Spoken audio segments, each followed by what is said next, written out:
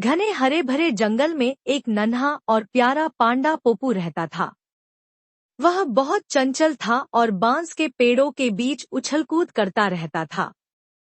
पोपू को अकेले घूमना बहुत पसंद था, लेकिन उसकी माँ उसे हमेशा सतर्क रहने को कहती थी क्योंकि जंगल में कई खतरनाक शिकारी घूमते रहते थे। एक दिन पोपू खेलते खेलते जंगल के एक अनजान हिस्से में चला गया। वहाँ बांस के बहुत बड़े बड़े पेड़ थे और वह मजे से ताज़ी पत्तियां खाने लगा। लेकिन उसे यह एहसास नहीं हुआ कि उसकी हरकतों ने एक भयंकर तेंदुए का ध्यान अपनी ओर खींच लिया। तेंदुआ धीरे धीरे झाड़ियों के पीछे से उसकी ओर बढ़ने लगा। उसकी आंखें चमक रही थी और वह अपने शिकार पर झपटने ही वाला था।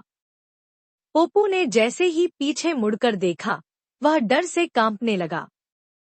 उसके पास भागने का कोई रास्ता नहीं था और वह समझ नहीं पा रहा था कि क्या करे। उसी समय बाल गणेश अपनी मूषक सवारी पर जंगल की सैर कर रहे थे।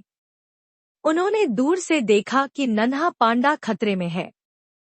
बिना समय गवाए उन्होंने तुरंत अपनी त्रिशूल जैसी दिव्य शक्ति से एक जोरदार गर्जना की। उसकी गूंज पूरे जंगल में फैल गई, जिससे तेंदुआ घबरा गया और पीछे हटने लगा। लेकिन बाल गणेश ने उसे पूरी तरह भगाने के लिए अपनी सवारी मूषक को बड़ा कर दिया। अब वह एक विशाल मूषक बन गया, जिसकी आंखों से तेज रोशनी निकल रही थी। तेंदुआ डरकर तुरंत जंगल में भाग खड़ा हुआ।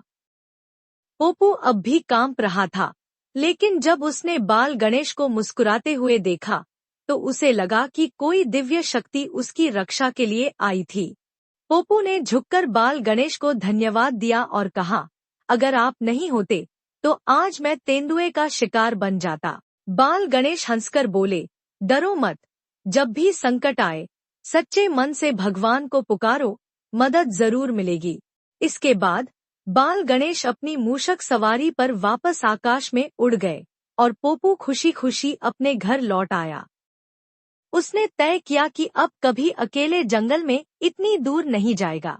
ऐसे ही और वीडियो देखने के लिए हमारे चैनल डूडल टेल्स को YouTube पर सब्सक्राइब करें और Instagram पर फॉलो करें।